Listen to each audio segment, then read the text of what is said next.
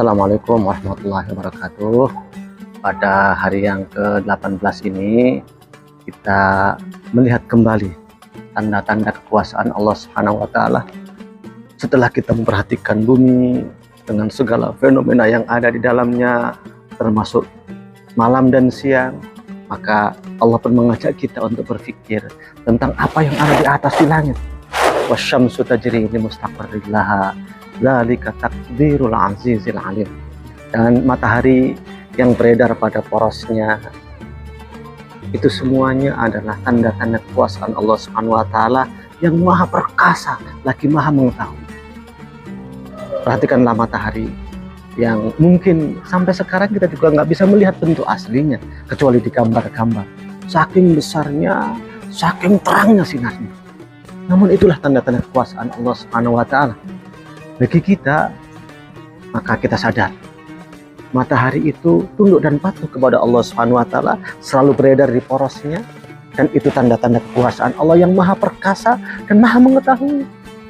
Karenanya terus hati-hati dalam hidup ini, jangan sombong, jangan kemudian merasa digdaya sampai kemudian menentang aturan Allah Subhanahu wa taala. Dan bagi para penyebar kebaikan, ingatlah matahari. Matahari itu terus memberi, terus menyinari, dan nggak pernah ingin mendapatkan apapun dari yang diberi manfaat itu. Kata orang Indonesia, kasih ibu itu hanya memberi, tak harap kembali.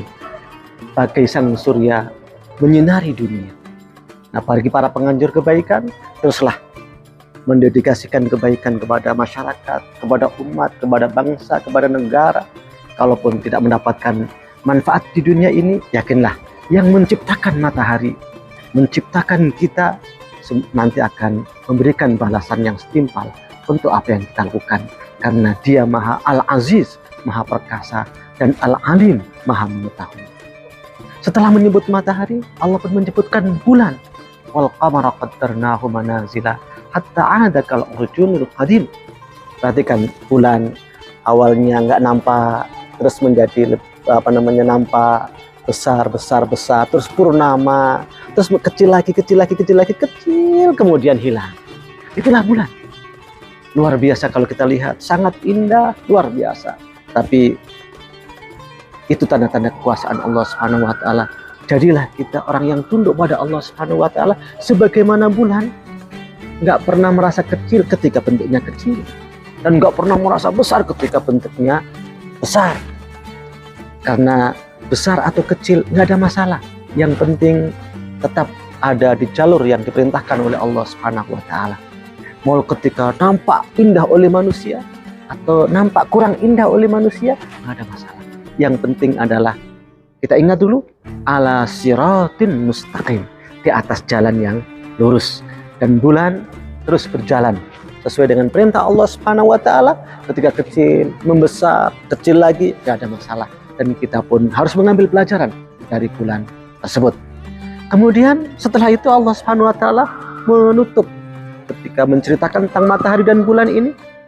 Allah berfirman, lasyamsu yambaghi laha an tudrikal qamara walal lailu sabiqun nahar kullun fi falakin yasbahun. Ternyata matahari itu nggak mungkin akan kemudian bertabrakan dengan bulan. Malam juga nggak mungkin mendahului siang. Semuanya berjalan dengan tertib. Dan alangkah indahnya kalau kita manusia ini pun sama, tertib dengan aturan Allah Subhanahu wa taala, sehingga bumi ini harmoni, bumi ini indah.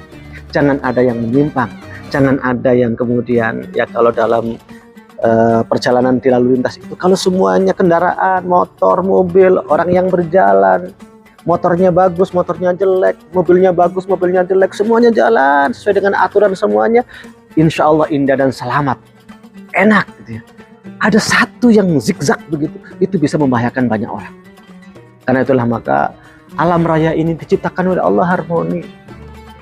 Namun seluruh alam selain manusia dan jin tidak ada pilihan kecuali taat dan patuh kepada Allah Subhanahu wa taala. Matahari, bulan berjalan di porosnya, di edarnya masing-masing.